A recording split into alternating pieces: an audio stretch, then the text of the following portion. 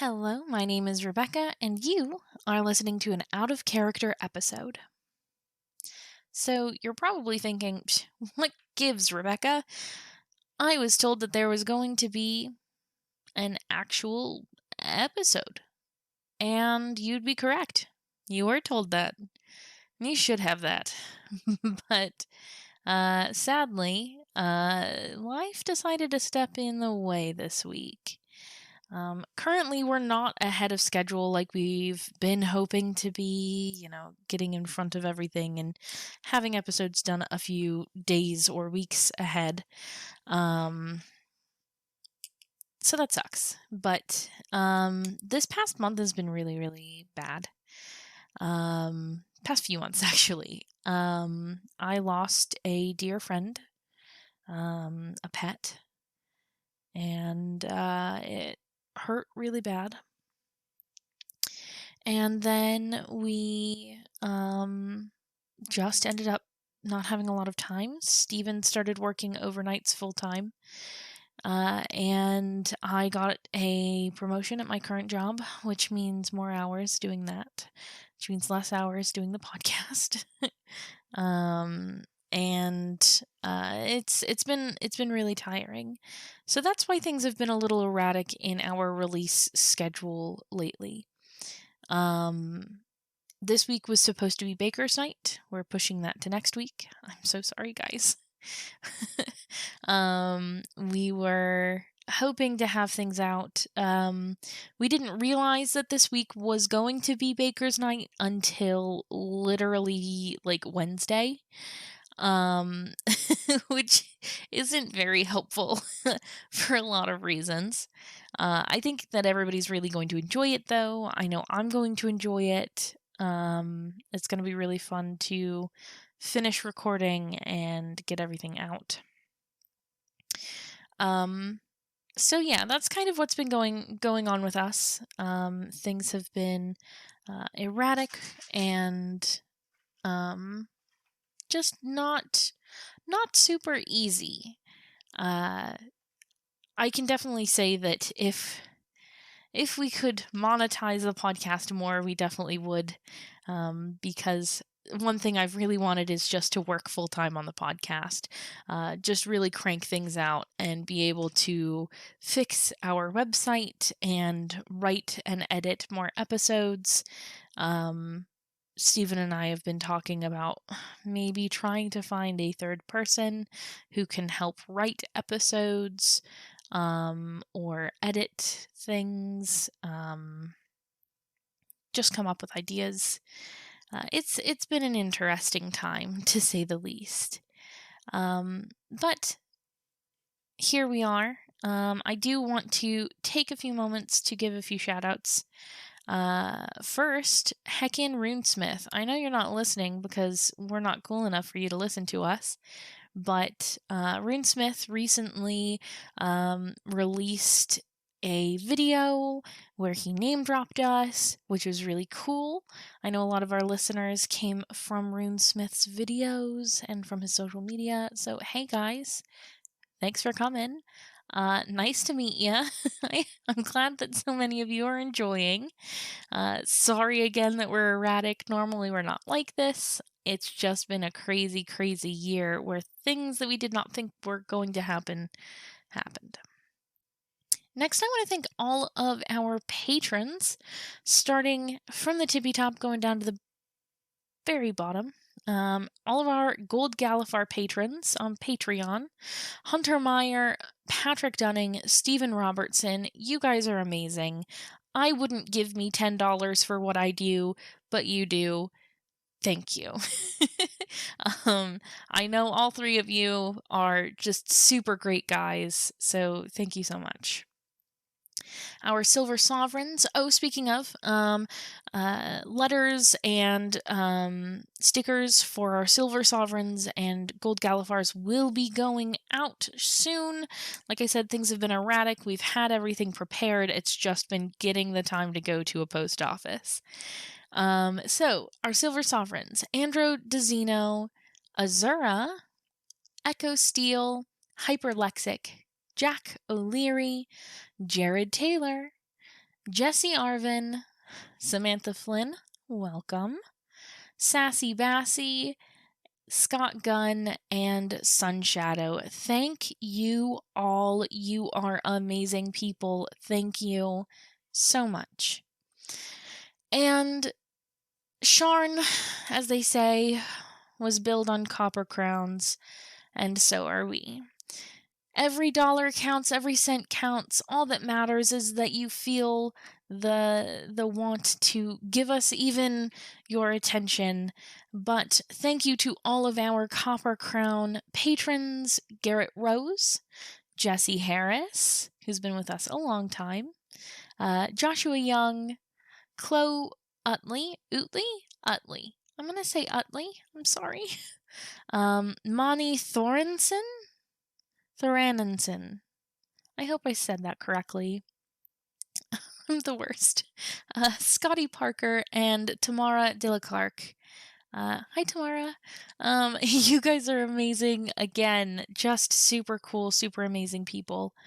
I interact with a lot of you guys outside of just like you listening to my podcast. Other few updates, we're planning on getting a Discord up and running, which is going to be fun. I'm still working on it. It's kind of hung up on me because I haven't had a lot of time and energy. Work has been taking all of my spell slots. But we shall prevail. This OOC that you are about to listen to is us speaking with the amazing Joshua Meehan. He is super cool. He's a really, really good friend of mine. He does the Politics of Eberron series on DMsGuild. Please give him all of your money. And if you don't want to do that, then just look at his stuff. Like, he's just a really cool guy, does a lot of good work. Anyway, hey guys, thank you so much. Enjoy the OOC, and we'll be making some rum cake next week. So, Silas is gonna love that. I agree, and I would like to continue this. You did bring up the Queen, and I'd like to talk about the Queen's relationship with a certain member of a certain house. Ex-member of a house. How does that factor into the impropriety of the houses? And do you feel like that house would have any influence over the activity of Undead? I do think it's a valuable question to look at. And Sasek Vidalis has been very good, actually, about renouncing his ties, recusing himself from various matters. And actually, I would say that Aurora has done more than enough to go out of her way to avoid showing any kind of favoritism. I think it's also worth noting that if we were really to look at instances of favoritism and potential conflicts of interest, House Vidalis at the end of the day is based out of Varna in Western Ondair. And if you're going to look at which nation is favoring the house, which nation is potentially receiving undue influence, it's really hard for me to say that mainland Ondair is the one that is suffering from conflicts of interest.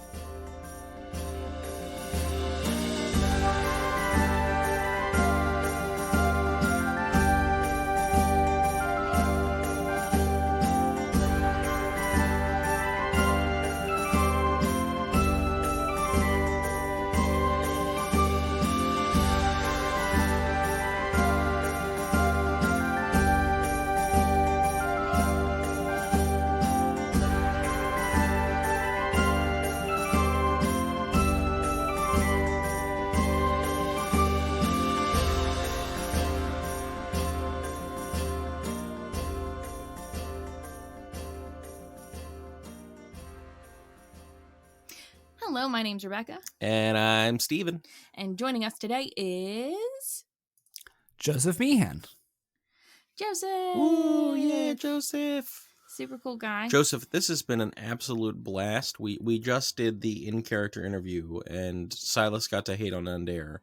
and Joseph was on point the entire time, just shooting back with information and actually trying his best, and it was really enjoyable. I was Really not sure where the episode was going to go, but it went perfect, I think. Yeah, Undere is a really fun place to look at, both because it plays a lot of classic fantasy tropes straight, right? Like it is a straight monarchy. There's lots of magic, there's lots of wizards, there's floating towers, like all these things that you would associate with high fantasy, and maybe the Sword Coast even, but also bringing those Eberron twists and subversions, in a way that I think provides a really nice contrast to Breland.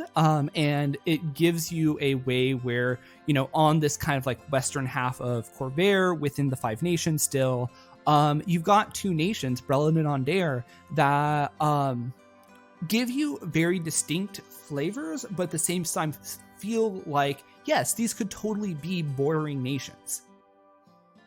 And that is, I think, really a testament to Keith and his vision, because everyone has their favorite nation. Everyone has the ones that they are like, these are the best, and then these are garbage.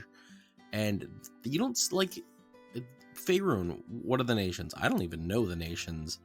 You've got one city everyone knows, and you're like, oh, okay. Are there nations in favorite? Technically, it's more regions. I mean, like some of them are nations, but it's mostly regions. Because kind of getting into that thing that Eberron does so well is that by updating to slightly more modern take, they're actually a little bit more intelligible. You've got defined nations, and those nations have cultures, and that's a lot more intuitive to our modern senses, in a way that I think the kind of medieval standards of like, it's all about power projection, and it's about, like cities and local lords and stuff, like all those kinds of things are very unintuitive to our modern sensibilities. And it's not to say that Eberron doesn't have those if you start to dig into them. Keith wrote that Nobles article in August. That was so good. Yes, so good. Mm-hmm. But like the idea of a nation and having those distinct national borders, I think really helps someone who is coming in without like, a degree in medieval history. Like I certainly don't have a degree in medieval history. And that's one of the things that really helped me with Eberron is it's like, okay, like I get the idea that there are nations. And again, there's lots of little details you have to dig into because Eberron does try to capture that more turn of the 20th century vibe, than necessarily like what modern borders look like. But it is still okay, like I have things that I can recognize and use and bring in from my own experience. And I think that with each of the major cities that is given in those nations, they are so very distinct. Like Metrol is ridiculously beautiful with its palaces up on the, the floating palaces, and then the Vermishards. Oh my god, so good. And then Sharn, I've been in love with Sharn since the first time I looked at it. That was one of the first books I picked up for Eberron, was the Sharn City of Towers book. Just absolutely phenomenal. Stormreach, another lovely city where you just get all of this flavor and crunch, and it's so good. Yeah, related to the episode, my first Eberron book was the original Eberron Campaign setting, but my second was actually The Forge of War because I got into the setting the month it came out. So it means I've got a lot of history with that book, and while I certainly now recognize a lot of its flaws, I actually am the author of the lengthiest review on the DMsGuild for The Forge of War. I also think that it's a book that, the book has a lot of misses, but it's also a book that, at the end of the day, has some things I think are pretty interesting. It's got a couple topics that aren't really covered elsewhere in canon. I don't think they're necessarily covered super well. It's certainly not the richness that Keith brings a lot of the time. It and Five Nations both suffer from not having that magic touch that Keith brings. Because in my humble opinion, I don't think Eberron would work without Keith. I think Keith single-handedly makes the setting as good as it is. But still like- at the yeah. I'm sorry, go ahead. No, I was going to say, in Forge of War, specifically, I enjoyed seeing the progression of different armies and how that would affect the smaller towns and cities in those areas. That they were just gave quick snapshots of like, here's where the war was at this time, here's where the war was at that time. And I know that wasn't super accurate, but it was interesting to think about. Okay, well, this, area is far enough in Brayland that it shouldn't be affected by war, but it's Sharn, and they pushed it all the way up to the gates at times. So I mean, how did that affect the people? How does your character feel about having the crystal fall? How does all of that affect you? Yeah. And I think that that's just really nice. Yeah, that's something we could brought up in the episode, but didn't. Is the for those not familiar with Crystal Fall, there was a big fancy tower in Sharn that early in the war fell, and in 3rd edition, it was left as an open-ended mystery who the saboteurs were. And then in 5th edition, in Rising from the Last War, it states that it was Ondair. The problem is that there was a 3rd edition adventure, which in Eberron are technically non-canon, but still, in the 3rd edition adventure, Fallen Angel, which was converted to 5th edition by Laura Hirschberner, the culprit was actually a radiant idol cult. Hang on. Spoilers. Yeah. If Oh. you're, yeah, just in case you haven't spoilers. Yeah. Let's try that again. Yeah. So in the 3rd edition adventure, which spoilers, the actual culprit was a radiant idol cult, and that kind of contradiction to me bothers me. Where it's like, yes, I get that an adventure is non-canon, but overwriting an adventure's core premise with a later minor canonical edition doesn't quite sit right with me. So my personal interpretation is that the most common belief is that it was Ondarian saboteurs, but the truth is actually in the adventure. Oh, I think that is the good way to, maybe it's a little bit of both. Maybe Undair hit it simultaneously. It's just weird luck of the timing. Yeah, I'm not even going to make a joke about simultaneous detonations to bring down a tower. Oh, yeah. Ugh. God. Yep. Oh, Crystal Fall conspiracists. Oh, we're gonna have to get into that. Oh my god, are we gonna have to have Xander Johns on again? He will return. Yeah. But yeah. I'm forgetting what we were originally talking about, but it's just one of those things where there's been a lot. Oh, actually, for something I did want to talk about, which I kind of got into in the in-character portion, is I think that it's one of those random articles Keith wrote back when he wasn't actually pulling his patrons for topics. But last year, Keith wrote a article about what makes a crossbow. And I thought that article was just absolutely magical because it pointed out the ridiculousness of a crossbow that you can load and fire once per 6 seconds. It's ridiculous indeed. Not even to mention that if you're playing one of the most classically optimized builds in 5th edition, which is a crossbow fighter with a sharpshooter and specifically the crossbow expert feat, which allows you to leverage the extra attack action with your crossbow, you can have a fighter that even at relatively mundane levels of 5th level is firing 2 crossbow bolts per 6 seconds. While also potentially moving 30 feet in the same round, not to mention whatever you're going to call a bonus action. And an object interaction, right? That fighter is absolutely insane if you try to think about it in a realistic fashion.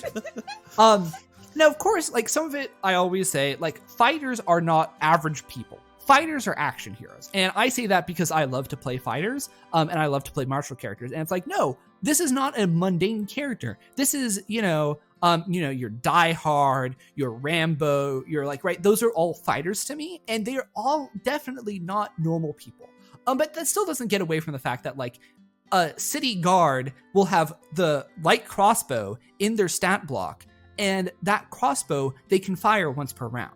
And so what I think Keith really did that was really great is he talked about that in Eberron, a crossbow is probably a really great example of technological advancement compared to what you would assume in a classical fantasy setting. And so these are not medieval crossbows that you see in Robin Hood. These are, modern inventions where they've got, steel and, arcane runes that help you like winch and like load and fire them faster, like all these kinds of advancements. And so that's why in the episode I talked about, a modern crossbow is actually a very advanced piece of technology compared to what the Thrains were using, which is a piece of wood and a string. But it's a really neat piece of wood and a string. Yeah. Oh no, we have a game that we are involved in where we all play members of the Silver Flame. Yes. And I am a foreign-born from the Moorholds, and I argued with him the whole time about how useless it was to have a longbow. Like, oh, that's super helpful, thanks guys. And I took a crossbow. So I understand, yeah. Yeah, no, it's just so it's just one of those things where it's like, okay, like, if we actually examine the mechanics and then try, because that's one of the things that I think Eberron always did a really good job of in 3rd edition was, okay, D&D has all these absurd mechanics. Let's try and make a world that is at least semi-coherent. Now, I'm not going to pretend it's totally coherent, right? My girlfriend is getting a PhD in oceanography, and when she heard about the control weather spell, she flipped. Because she is personally a fan of Ursula Le Guin's the Earthsea books. Yeah, the Earthsea books. And the Earthsea books, like in the 3rd or 4th chapter, makes a point of how weather magic is really bad because you don't know what the ripple effects would be.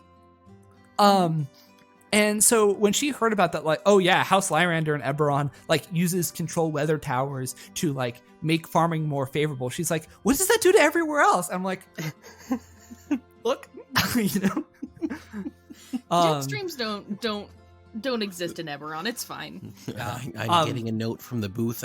House Lyrander is a friend, and we. Yeah. No, but it's that, it, like, obviously, like, Eberron, of course, like, because it's, like, a created world rather than, like, has, like, tectonic plates, like, what does a mountain represent in Eberron?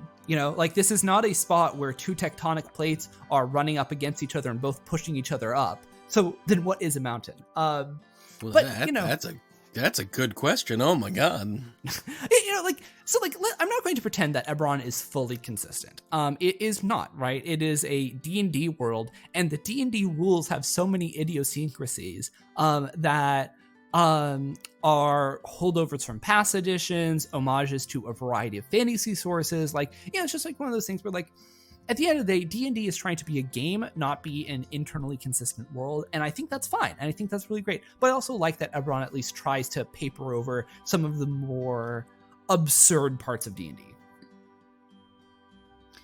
So how did you get into D&D?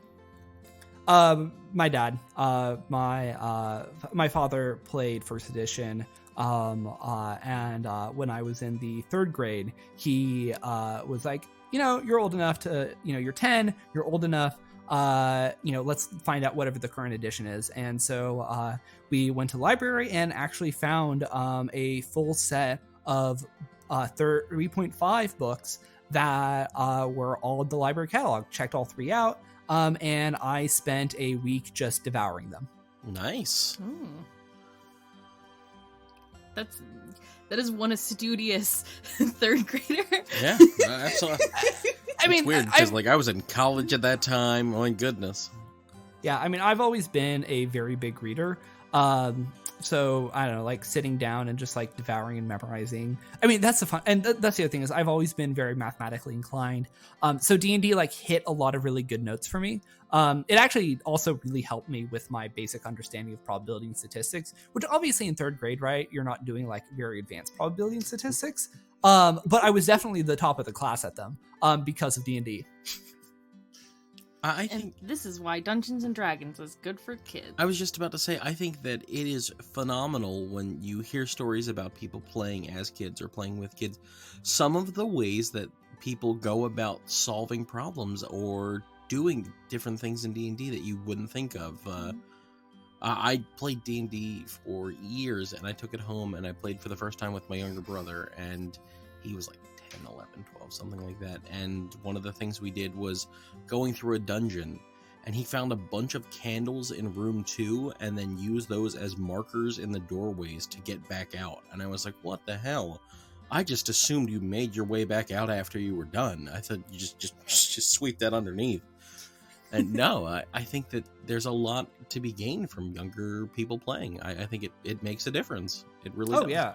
Absolutely. No, again, it's like, I mean, I don't think D&D, I'm not going to go so far as to say D&D is responsible for my proficiency and comfort with math, but I don't think it hurt either. Yeah. So, especially not 3.5. Yeah, no, I mean, that's the thing is that like I read the entire Dungeon Master's Guide and like spent a bunch of time trying to understand the absolutely insane rules in it for like generating a population center, generating a magic, like oh my god, the rule, like, like certainly I was no optimizer, right? I did not spend enough time playing in 3rd edition to understand the importance of things like natural spell is really broken. There's a lot in 3.5 that's just very broken. There's a lot in 3.5. It's a first level feat. It's on the friggin' recommended feat choices. Like, this is not a hidden option for druids, and yet it is hilariously powerful. So, what is your preferred Dungeons and Dragons edition? Oh, God. This actually very recently changed. For a very, very long time, I've been running a hack of 4th edition that has been getting hackier and hackier over time. Like 10 years ago, it was just 4th edition. And, as of a month ago, it was basically unrecognizable. But with the release of Tasha's, I've kind of given up on the hack and been like, okay, 5th edition now has official psionics. 5th edition now has a lot of flexibility. I've spent enough time running the edition that there are things I'm willing to work around. I'm not in love with the spell slots mechanic, but I think that I've seen enough really clever designs that work around them that I'm willing to accept that this is just how D&D is. And it's also just, there are so many other tools that are designed to work with 5th edition that I felt that my individual productivity and output of like building this hack was just never going to compare to the ease and comfort of running 5th edition. Interesting. So it feels like maybe that wargamer sentiment that we were speaking about the other day with Russell. Like, is that what appealed to you about the 4th edition hack that you were running? Or was the more wargame? Well, it means that I'm actually also just a huge fan of martial characters. I don't know how that happened, given that I am someone who also likes to play high intelligence characters. But when I played I did play 3rd edition. I didn't really get into D&D until 4th edition. Like my 4th edition physical book collection is far larger than my 3rd edition collection. When I found the Warlord and I played the Warlord, I just fell in love. It was my favorite character of all time. And it's honestly been one of the reasons why I've had a grudge against 5th edition, is 5th edition does not have a Warlord that captures the magic and appeal of the 4th edition Warlord, and I could never really forgive it for that. Have you thought about, outfitting one yourself? I've certainly spent a bunch of time looking at different Warlord homebrews, and ultimately the conclusion I've come to is the 5th edition core rule set does not create the type of system that allows the 4th edition Warlord to function. Whether it is the movement rules, where small 5-foot movements don't matter as much because the way opportunity attacks and flanking have changed, whether it's 5th edition's like bounded accuracy is a lot more important. And while I think that's done a lot of good things for the game, it also means that the Warlord's tendency to hand out lots of small temporary buffs just like doesn't fit with the system. Mm-hmm. And then it's also just in general, 5th edition, like you end up basically having to say, I haven't found a good solution that like allows a Warlord to properly heal in a way that a 4th edition one did, because 5th edition completely redid the healing mechanics. Yeah, I was surprised I've played a bunch of 5th edition, but the healing mechanics came in for the first time ever for me in a game recently, and I was like, oh man, I've never realized all these small, minute things that I didn't pay attention to. I think that the healing surges mechanic in 4th edition was absolutely brilliant, and it was a huge tragedy that they dumped healing surges for, okay, healing is tied to the resource expenditure on behalf of the caster. I think that was a huge tragedy. Yeah. But so are there any other tabletop RPGs that you play? Yes.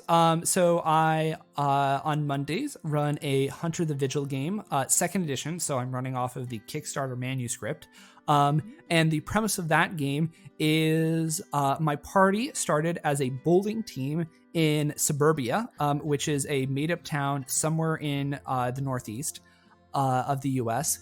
And that, yeah, and that game has been running for I think we started in like April. So it's been a pretty long running game. The characters have advanced significantly. There have been a lot of ups and downs, a lot of twists and turns.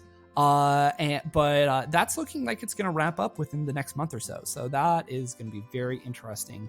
The back running plot is one of the characters, 20 years before the game started or whatever, lost their significant other to a vampire. And that vampire is now back in town and has big evil plots. And we're heading for a confrontation. Ooh. Oh, yeah, that's good stuff. Sounds like a lot of fun. Yeah, and there's been a lot of like individual character stories and stuff. It's been a really good group. That's always nice when when you get all of those subplots just kind of like twisting together. Yeah.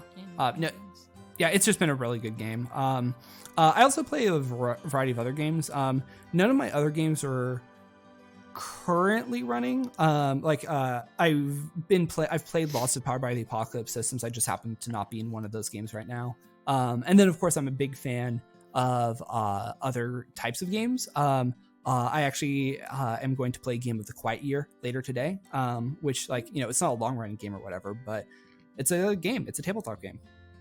What is it? Tell me about the Quiet Year. The Quiet Year.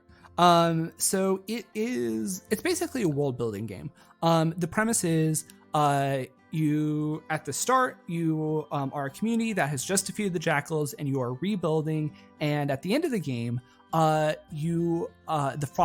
frost shepherds come. And what those mean is entirely up to you. I've played it in all sorts of settings, whether it's fantasy, whether it's modern, whether it's sci-fi. They're much more metaphors than necessarily like literally these are what these things are.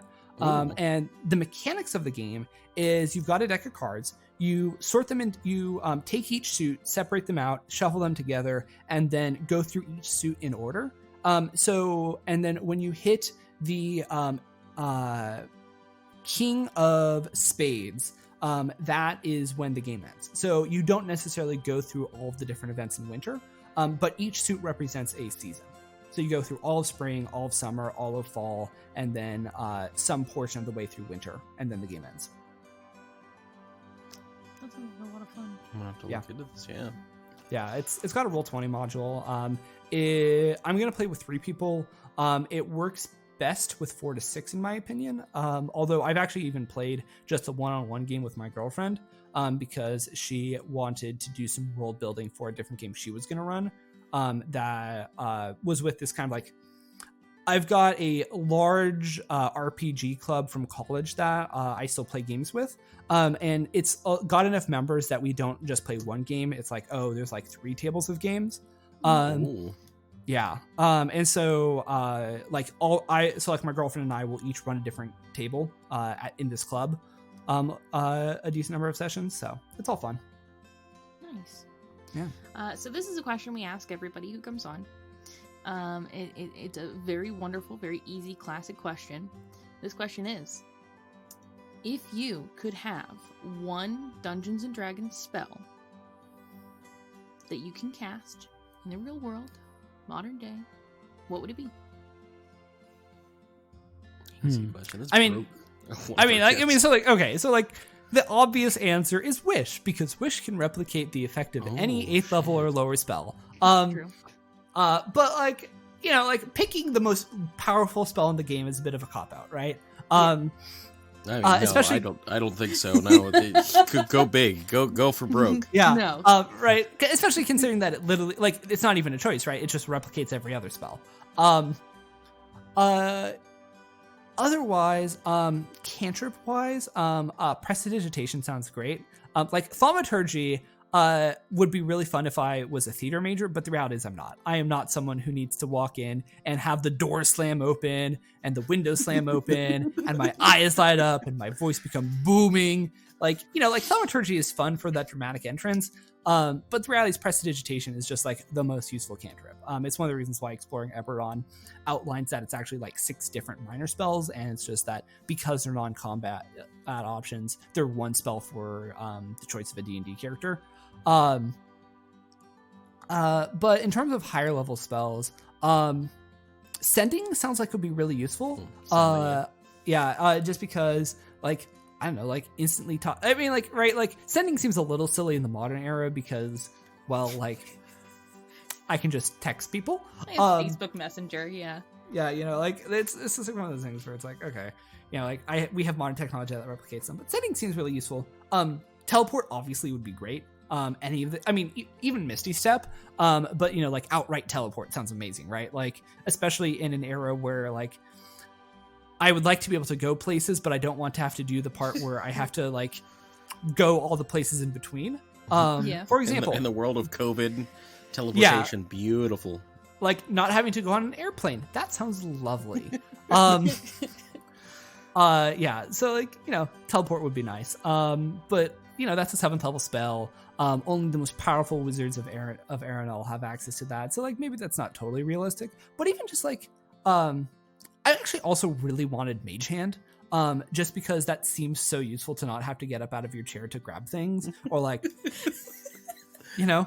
Yeah, absolutely. Like has Mage Hand to grab my Switch from the dock over there. Yeah. As a kid, when you're trying to reach off of the couch to get the remote, you know, like you're just trying to not leave. Yeah. Yeah, absolutely. That'd just be perfect. Elongate your arm by about 3 inches. Yeah. No, I've I actually, you know, upon consideration, honestly, the spell that I've been most like, man, if I had that right now, I would love it, is Mage Hand. Yeah. Like, prestidigitation would be useful, but I don't think about, I would love prestidigitation now. Mage Hand, I do think about actively a lot. I like the idea that you're sitting at work, at your desk, and you're just sitting there and you're like, but Mage Hand. It's in your day, like those rom-com, like just eating super lunch, dramatic. Put it down, there's Mage Hand. A special notebook where you've just written Mage Hand over and over. There's hearts everywhere. It's a good spell. It's a good spell. It's it is. super It genuinely is. Joseph, since we've now introduced magic into the modern setting, and you know us as the Echoers, we've introduced radio into the fantasy setting. What modern day item would you introduce into D&D if you had the option? That's an interesting question. There are... I'm very interested what Keith writes for the Arcane Science and Industry article coming up, because I think that the status of Eberron's industry makes a big difference. And so, like, does it have, like, how common are production lines? What is the status of like tailoring and like looms and all those things, right? Like those would make a huge difference in terms of deciding the fashion of the setting. Mm-hmm. I also having recently rewatched the Pirates of the Caribbean movies, I also have to say that while it's very controversial, there is a certain level of charm and appeal to firearms that I don't think crossbows or wands can quite capture. And the thing that really gets me is Jack Sparrow in the first movie has a pistol with a single shot that he is saving for a dramatic confrontation. and there's a certain level of like a hand crossbow is a little bit bulkier, and well, as we discussed earlier, like Eberron can work around that.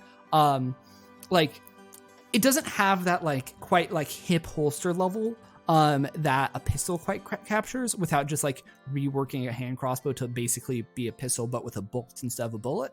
But there's also just like, you know, I've got one shot and it's for you kind of aspect. I that understand completely. Yeah. We did Skulls and Shackles for Pathfinder at one point in time, and I was running it, and the bad guy, they just finished all of their work on the island and climbed up to the ship, and the captain of their ship, the person who was in charge, was tired of all of their nonsense, and the first person up the rung, he shot them right then and there. Right And in the just face. that scene, the setup of, you know, the single shot taking down that person and all of that was very dramatic. And sometimes it would be nice to have that level for Eberron. Yeah, and I can understand both sides of it, though. I mean, yeah, no, it's funny because I'm not actually that, like, I think muskets have a nice appeal and a nice aesthetic, but I think that crossbows can much more easily replicate that vibe. Again, I recently rewatched the classic Robin Hood from 1992, featuring Morgan Freeman. so good. Yeah, and like having watched that and having watched Pirates of the Caribbean and like, you know, the East India Trading Company with their muskets, like, okay, you can actually sub out the crossbows and the muskets between those, and if you power up the crossbows enough, like, you get mostly the same effect of like, okay, everyone fires, then has to take a moment to reload, and then fires again. And with You know, you don't crossbows get that, being like- souped up in Eberron anyway. Yeah, and you don't get that like like I mean, in fairness, like in the Revolutionary War, the like thick fog of powder actually is really interesting as like a battlefield effect, right? Like, okay, everyone lines up, fires off their muskets, and then boom, visibility goes to nothing, and then that incentivizes melee combat. Like, I think there is some pieces of that I think are really interesting, but ultimately I don't think that's nearly as important as just like the amount of firepower, literally, that a pistol shot brings to a small confrontation. Yeah, that's a good answer.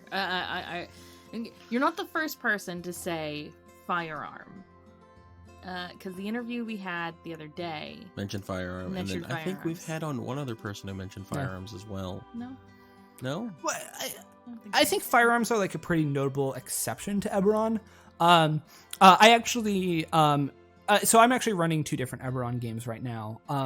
One of them is based off of the space race article that Keith wrote in April.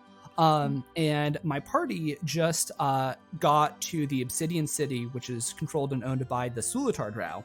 And it was actually kind of on the spot. I wasn't really planning to do that at the start of the session, but I was like, you know what would actually make sense? What if the Sulatar had firearms?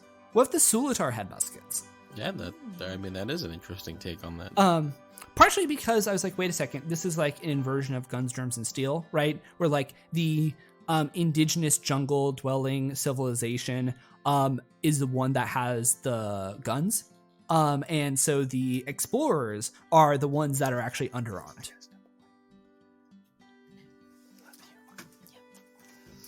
yeah, no, that's I really like that. I like inverting tropes like that. Give me just 1 second. Steven's leaving the room. Yeah, no. Bye, Joseph. Bye. He has to get ready for his shift Work. this evening. Yeah, no, totally. Sulatar. Yes. Yeah, I love inverting tropes like that. And I think that Eberron is the best kind of setting to do that in. Yeah. Yeah, and it's just like, and you know, yes, I totally get that the Sulatar are fundamentally based on fire bending and fire binding. But given their strong connection to Fernia in the lore, I was like, well, like, given that in exploring Eberron, Fernia got expanded from just like literally fire to industry. Yeah.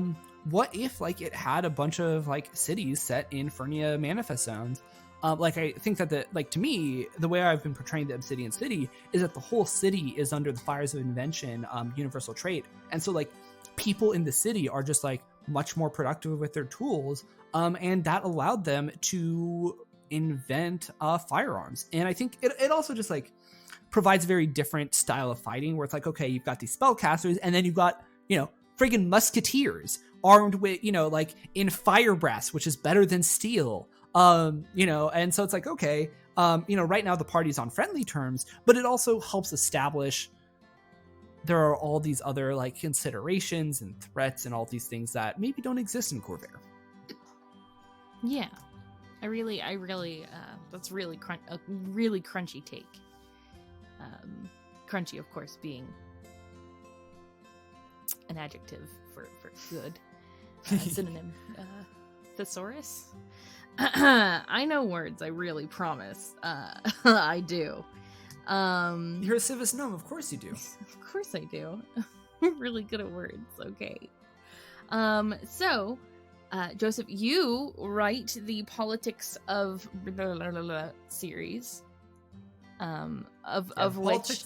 Yeah, the Politics of Eberron series. Yeah. I love them so much. They help me so much. I would be remiss to say that I don't have them open whenever I'm doing research for any of these episodes. So, from me to you, thank you. No problem. But how did you get into writing that series? So I used to write content for the video game Heroes of the Storm. But Heroes of the Storm basically got canceled at the end of 2018. It's not technically canceled, but they cut the dev team down by like 50 or 80%. So they more or less killed the game. They officially killed the competitive scene. And so my article audience for that game just withered away. And so I spent 6 months finishing my degree, where I got a double major in computer science and political science. And it's June. It's of 2019. I'm like, okay. It seems like there are a lot of people that have questions about like the Brelish Parliament and stuff. There's not a lot of canon information. Why don't I just start using my political science degree? Because I have a job as a programmer, so I'm using my computer science major. But given that I've got this political science background, why don't I just flesh out the canon on a lot of these institutions that are undercovered? And it all started with me being very interested in like spy games and stuff, and that was really the motivation with Politics of Karrnath, for example, is Karrnath's information on its intelligence agencies is completely absent compared to, say, the detail that the Royal Eyes of Vondair or the King's Dark Lanterns get. So I was like, okay, what can I do with like the Dark Cabinet? And so it just turned into this like, okay, there are all these different things in all these different nations where either the information is really scattered or it's not really well fleshed out. And I think that there are a lot of people like me who do better when they have more concrete information. And so for me, that was just a process of like, okay, let's just like write these things out, use some real world inspiration for these pieces.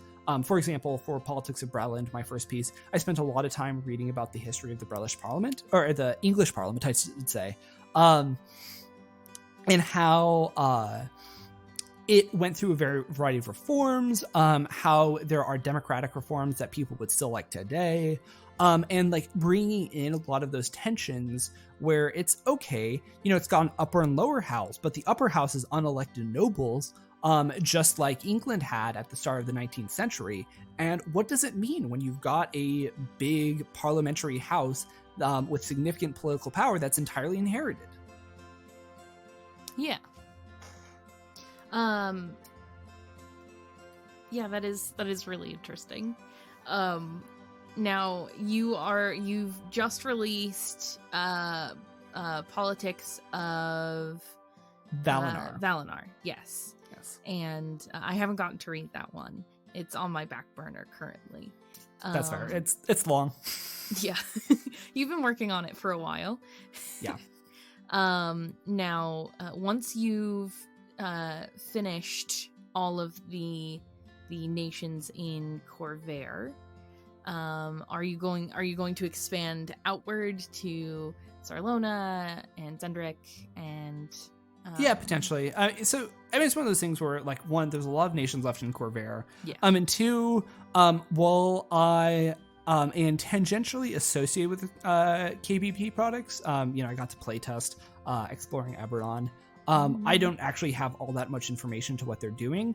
So depending on what Keith decides to cover, I may decide to cover other areas. For example, I originally had on my list of things to do politics of Droiam. The problem is that exploring Eberron actually basically hit up all the points I'd really want to say about Droiam, beyond going into individual warlords. But then I know Jared Taylor wants to get into the different warlords, and Droiam is really one of his passion areas. I'm like, look, I'm going to let other people in the community create that kind of content because that is their passion. I really like Droiam, but I mean, partially just because like Keith really likes Droiam and his enthusiasm is very much contagious. But I also want to be someone who is publishing content that other people are not. I mean, that's really what started this whole politics series, is I felt that there were a lot of people who were publishing adventures and publishing mechanics, but not really trying to get into broader workings that can help dungeon masters create their own games. Mm-hmm. Have you considered a politics of the 12 houses? I have certainly considered getting into the dragon-marked houses. The issue is that I found that it's actually really helpful to organize things geographically. So, for example, there's a significant House Lyrander section in Politics of Valinar. Mm-hmm. And so, like, covering them regionally, I think is a little bit more useful in terms of establishing, like, concrete ties and how they fit into everything. Potentially, in a year from now, I may decide that I want to do dragon-marked houses. The future is always unknown. But also, since I've shifted to doing these 15-page supplements that are a bit more in-depth and provide more context and all these things, my production time scale has gone a lot longer. So it may be a while before I run out of content, per se. That makes sense. Yeah. So have you announced? Have you told anyone what the next big project is? Yeah, so I have talked about in the Discord a few times. I'm going to do Politics of Sire next. Right now, it's just in the outline stages and me like assembling information and putting things together. I'm also potentially going to be involved with some of the Future Across Eberron productions, or at least I've been informed I will be. I don't know when that's going to happen. But whenever it does, I may also be spending my creative writing time on those. Ooh, nice. Congratulations. Yeah. Across Eberron seems like a pretty fun thing to be a part of.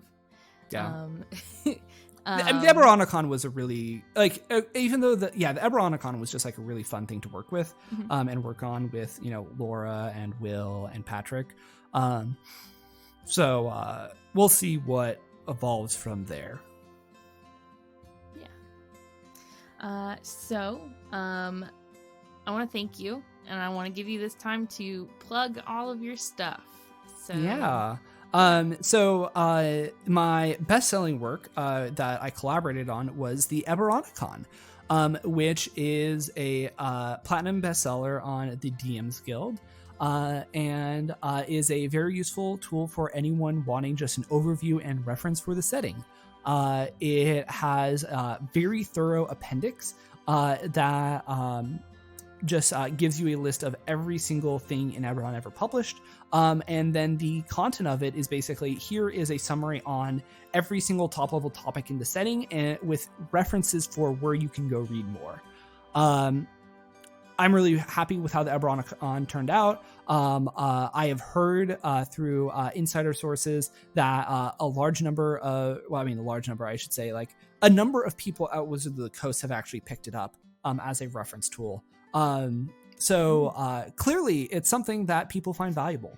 And then as for my relatively solo productions, I do have an editor. My girlfriend actually is very gracious. But the Politics of Eberron series, it's got a full bundle that is available on the DMs Guild. And each issue tackles a different country. So I've tackled almost all of the 5 nations. I need to do Sire, which is going to be my next project. And that will also be kind of also looking at the Mournland. That one's going to be really tricky and interesting just because it's like a very much before and after piece. But I talk about Brelin, Thrain, Ondair, Karnath, Talenta Plains, Zalargo, Kabara, the Shadow Marches. And then my 2 most recent ones, which are much longer, rather than being 5 pages, they're 15, are the Lazar Principalities and Valinar. The Lazar Principalities was the one where I really decided I need to do a long one because there are so many principalities. I think I probably spent 8 or 9 pages just going through all of the different principalities and what they're doing, who's leading them, where they are, like all those types of things. And it's one of those areas that received a lot of really scattered attention across many, many different books. So I want to collate that, but then I also want to look at some of the areas in the Lazar Principalities that don't quite get covered. For example, the mainland Lazar Principalities. There's a strip of land that is at the base of the Hoarfrost Mountains that is just like not discussed at all in canon. So I added a bunch of things to it. So yeah, anyways, that one was I was really happy with how that turned out. And then my recent publication, Politics of Valinar, even though I didn't write any of this bit, my favorite part of it is actually the map that's in the middle of it, because it actually puts into context just how close Valinar and Aeronel are, and how like it really wasn't that big of a jump for the elves to try and colonize Valinar. Mm-hmm. So yeah, all of your stuff can be found on DMs Guild. Yep, and then I also have a personal website, joseph-meehan.card.co. So that's JOSEPH-MEEHAN card, which is CARRD.co. Nice. Then links are always in the description for all of this good stuff. Again, thank you for playing the Doctor with us and joining us and just being like, you're super cool. I need you to know that. You super intimidate me and you're really cool. God, I'm just a nerd who talks about Eberron. I don't know what about that makes me cool. Okay, everybody says that, but I need you to know you're cool. And that's it. Yeah, you're awesome. And thank you so much again. Yeah, no problem. It was lovely to be on here. I like this. Well, I hope everybody checks out all of Joseph's wonderful work, and I hope everybody has a good day.